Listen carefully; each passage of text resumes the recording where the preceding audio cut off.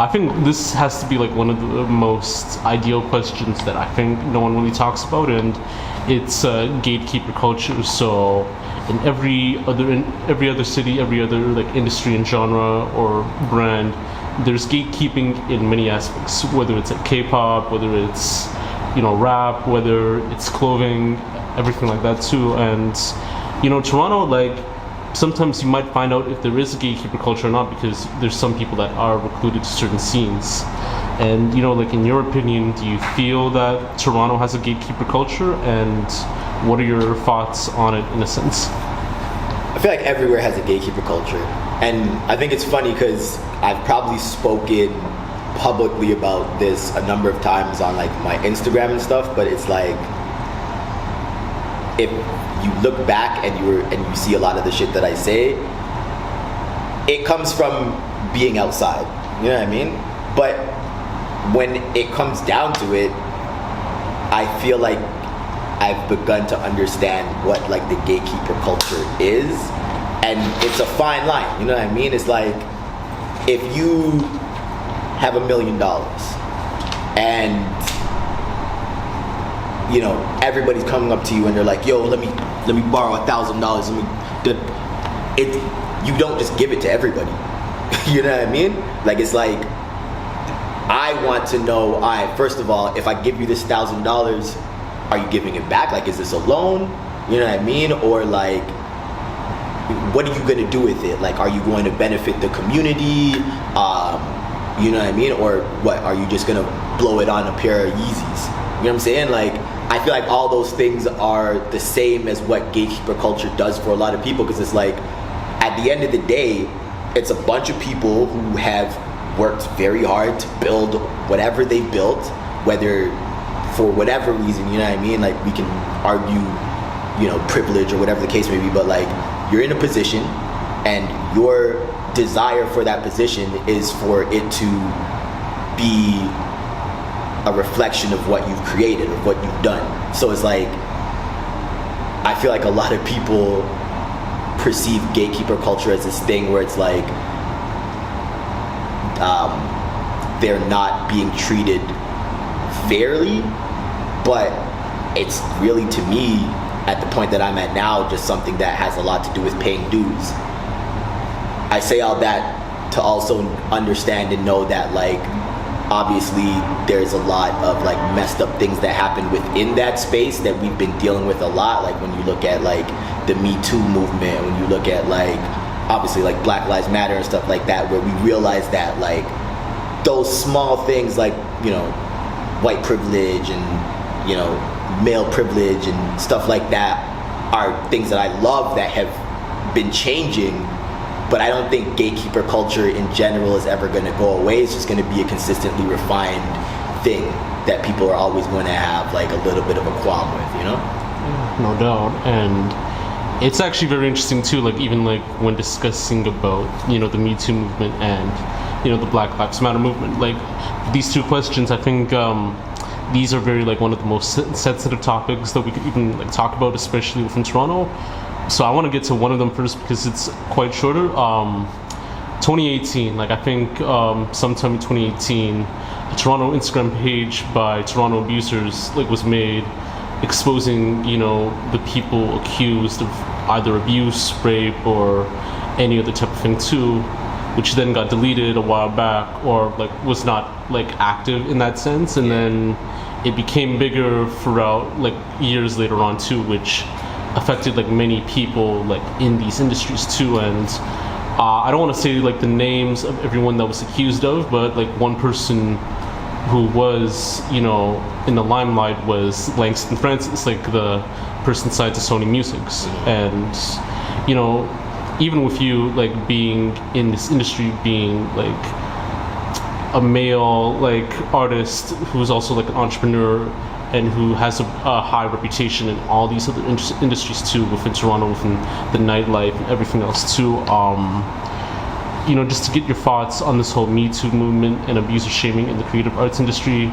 In your opinion, do you feel that it has been prevalent in Toronto's music scene, and as well as for the impact it made, and what are your thoughts on it? like I was saying before, I think it's a great thing. I feel like it's creating space for accountability, you know, and it's creating space for everybody to just be better humans in general. You know what I'm saying? Like, the nightlife is fucked up. You know what I mean? Like, there's drugs, there's drinking, there's fucking anything that you can imagine going on, and it's something that I feel like has existed in this gray area for a long while.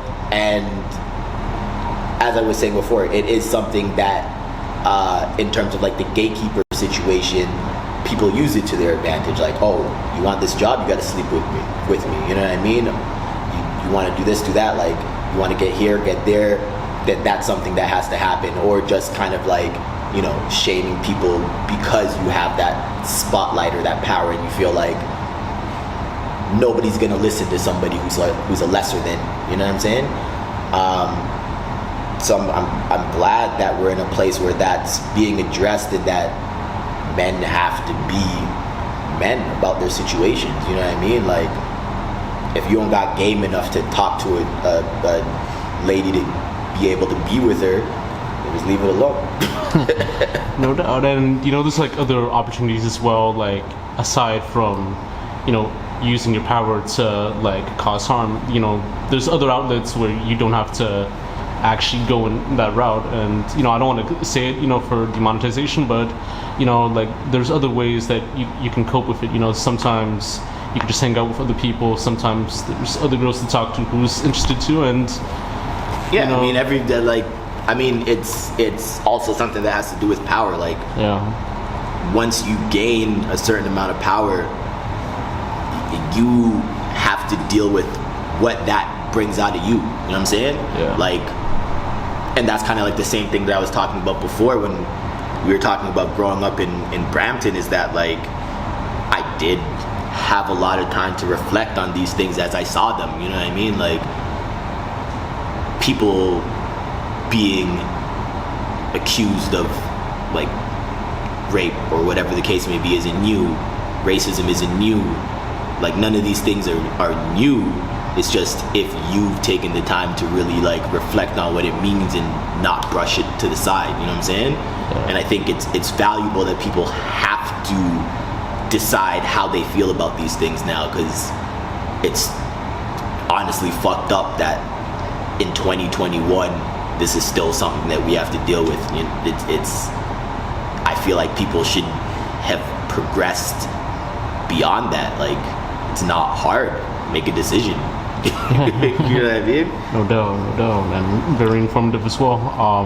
You know, being a person who's more active on Instagram and Twitter, you know, whether it's through StayOutLate or through like your own page as well, especially with this era where with the deaths of like George Floyd and Regis Korshinsky Paquette, a lot of people like in Toronto, especially people from the black community, talked about the issues on Twitter with racism, with the nightlife establishments, you know, with accusations from employees from the Cactus Club, Lavelle in some cases too, and a while back the Drake Hotel, in which you've done your work at as well, and then even like with EFS.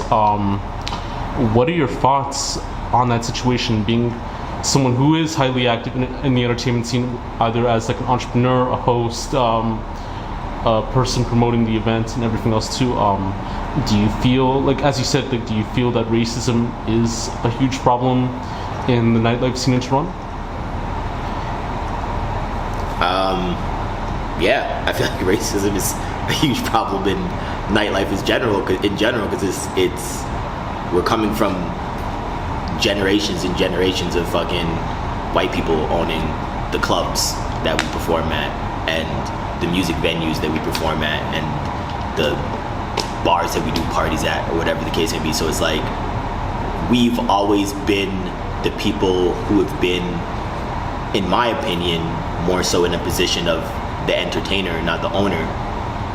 And again, it falls back to people having to deal with shit or like actually make a decision as to how they feel about shit. Like, if you're a fucking racist, you're a racist.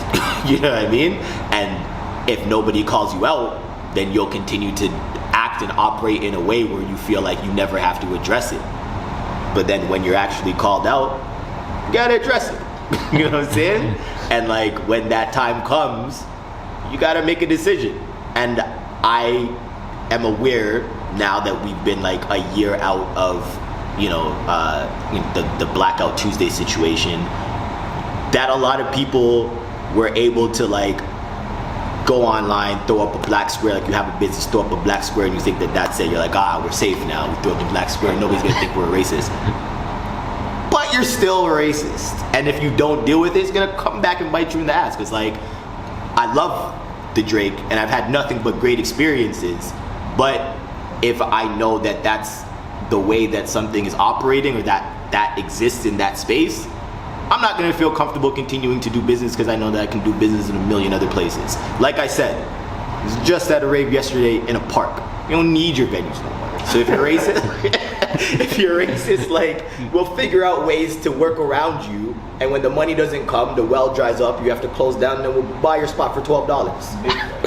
So that's how I feel,